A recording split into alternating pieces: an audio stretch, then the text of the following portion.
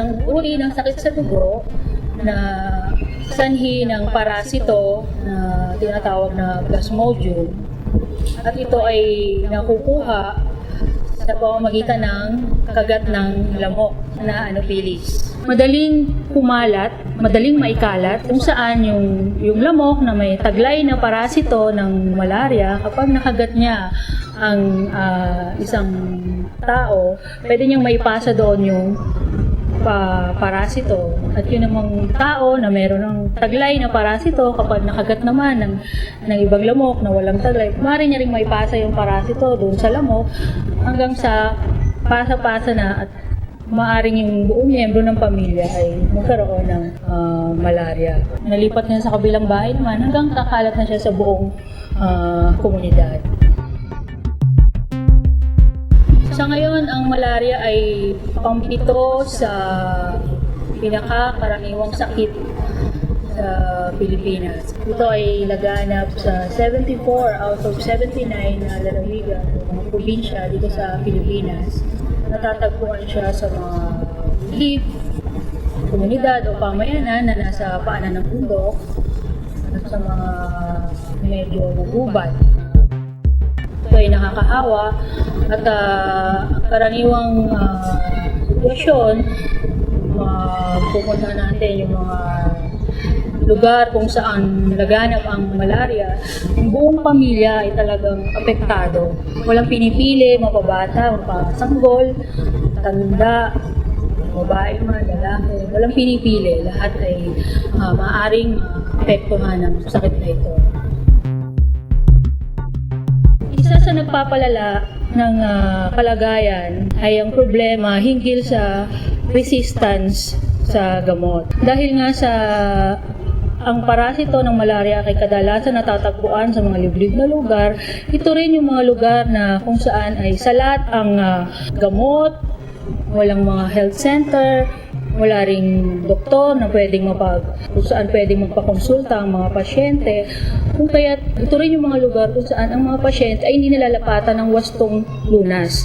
At kung makapagpa-check up man sila sa pinakamalapit na bayan, hindi rin nila makukumpleto ang gamot na inireseta ng doktor dahil nga rin sa kakulangan sa pinansya. Kung kaya ang parasito ay nagde-develop ng resistance sa gamot. Makainom man sila ng tableta, 3 hanggang 5 piraso lang.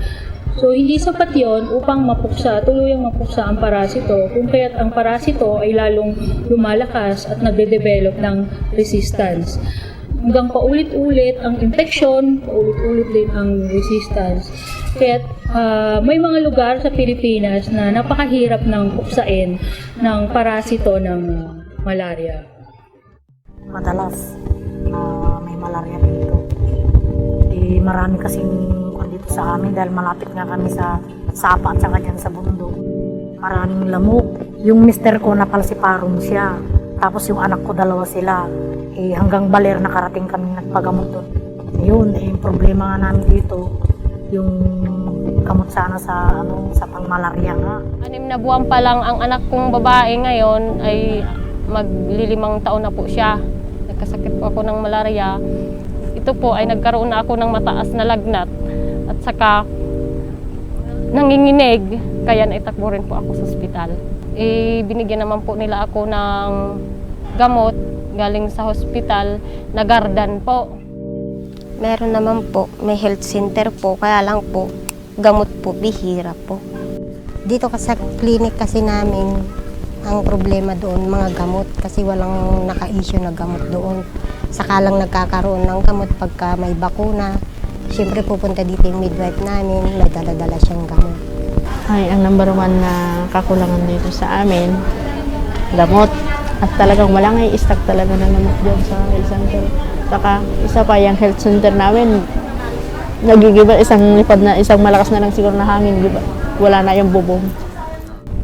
Yung gamot po, ang unang-unang problema namin at sa hanap buhay.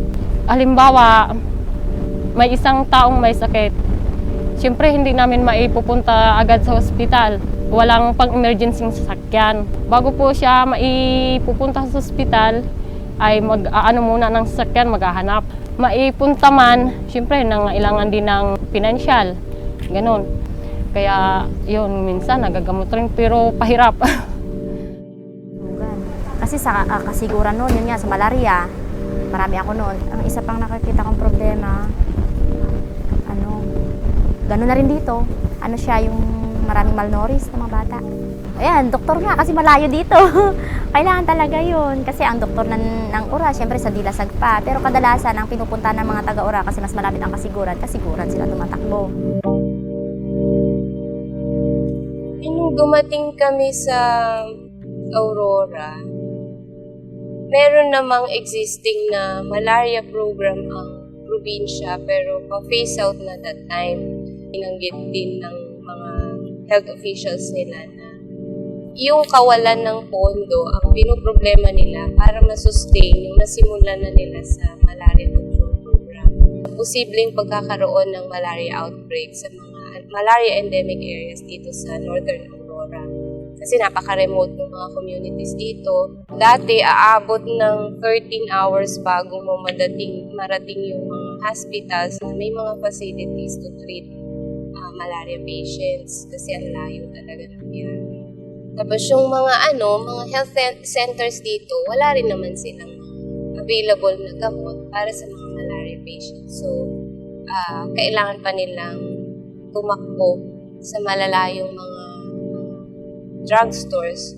At ang pinakamalapit na pwede nilang ma-access ay yung Cabanatuan sa Nueva Ecija. Napaka-limited ng mga available na medicines dito sa probinsya ng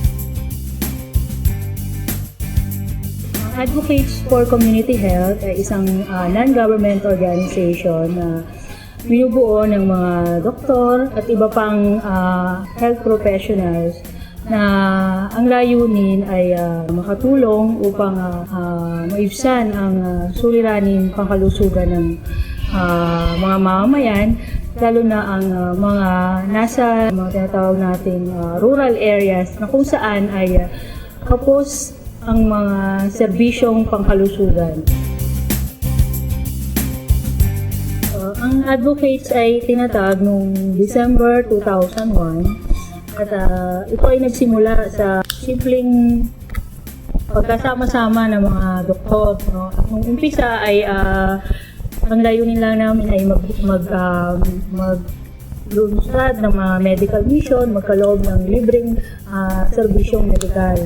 Subalit sa kalaunan, nakita namin na ang ganitong aktibidad ay hindi nakakapagdulot ng sustain o tuloy-tuloy na suporta sa mga ating mga kababayan. Kaya kalaunan ay naisip na rin namin maglunsad ng proyekto na pangmatagalan ay dudulot na serbisyo. Katulad nga ng paglulunsad ng malaria control program kung saan ay nagsimula ang aming malaria control program noong 2006 kung saan sa magitan ng mga ilang kaibigan namin na tulong-tulong, nagbigay ng donasyon, sinuportahan ang aming nakapagbahagi kami ng mga mosquito nets, nakapaglunsad kami ng training at edukasyon. Mas naging komprehensibo at mas matibay ang kami ay nakapag-ugnayan sa TWRF o Third World Relief Fund. Kaya tuloy-tuloy din namin na ilunsad ang mga iba't ibang programa para sa malaria control. Ang aming malaria control project merong 4 na component. Education and training ng mga community health workers, paglulunsad ng mga community classes at kampanyang pangkalusugan sa mga barangay, networking and advocacy sa lokal na pamahalaan, may pag-ugnayan sa mayor at iba pang mga health professional. At ang paglulunsad ng research, documentation, ng iba pang mga alternatibong pamamaraan upang makontrol ang malaria. So, sa ngayon, 3 lalawigan, Cagayan, Aurora at ang Bukidnon, kung saan 14 na barangay ang aming nagdadausan. Kami ay nakapag-sanay ng 160 na barrio health workers at sila ngayon ay patuloy na gumagampan sa kanilang iba't ibang gawain. Ang project areas namin dito sa Aurora ay 5 barangay sa mga bayan ng Dilasag at Kasiguran. Sa Dilasag, yung barangay Dilagiti, Dikabasan, Lawang at saka Ura, at yung isang barangay na Kasiguran, Esperanza.